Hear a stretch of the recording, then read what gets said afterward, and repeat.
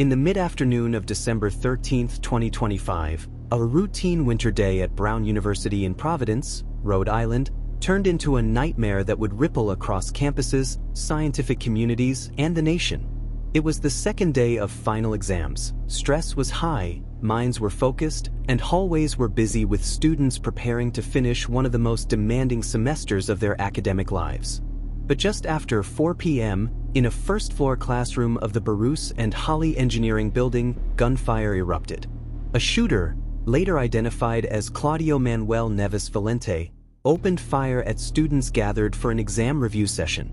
2 students were killed instantly: 19-year-old sophomore Ella Cook, known for her leadership and bright spirit, and 18-year-old freshman Mohammad Aziz Umerzakov, a young man with dreams of becoming a doctor. 9 other students were wounded in the chaos, some seriously, as classmates dove for cover and first responders rushed in. Immediate confusion followed. Police swarmed the campus and ordered a shelter-in-place as officials scrambled to find the shooter, releasing early surveillance images of a suspect wearing a mask. At first, another individual was briefly detained, a 24-year-old Army veteran, but was quickly released after authorities realized he wasn't connected to the shooting.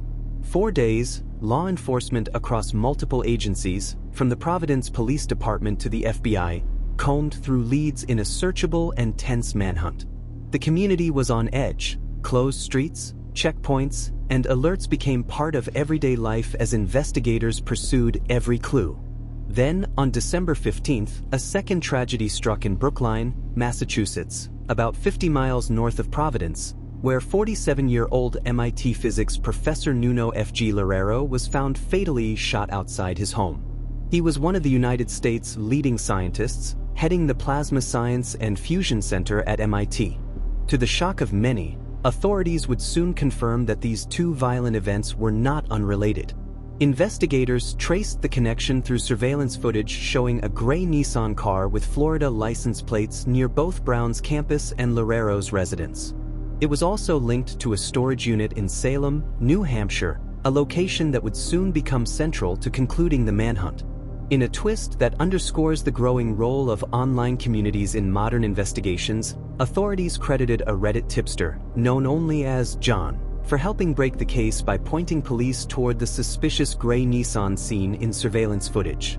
That tip helped law enforcement locate and identify Claudio Neves Valente as the suspect behind both shootings. Valente, a 48-year-old Portuguese national and former Brown physics graduate student who had studied at Brown in 2000 to 2001 and later moved to the U.S., was found dead inside a storage unit in Salem on December 18th. Autopsy results later confirmed he had died by suicide, a self-inflicted gunshot wound, likely on December 16th, before his body was discovered by authorities. Days later, officials confirmed that the same weapons found with his remains, a bag containing 2 firearms, matched ballistic evidence from both the Brown shooting and the murder of Professor Loureiro, tying the tragic events together as the work of a single individual acting alone. Despite exhaustive investigation, authorities have not publicly confirmed a clear motive. Prosecutors and police officials have described Valente as someone who once had academic promise but later lived a life largely out of the public eye, working in low-profile jobs and showing signs of social difficulty before the violence. Investigators continue to puzzle over why he chose Brown, a school where he had once studied, and why he targeted innocent students and a former peer turned MIT professor.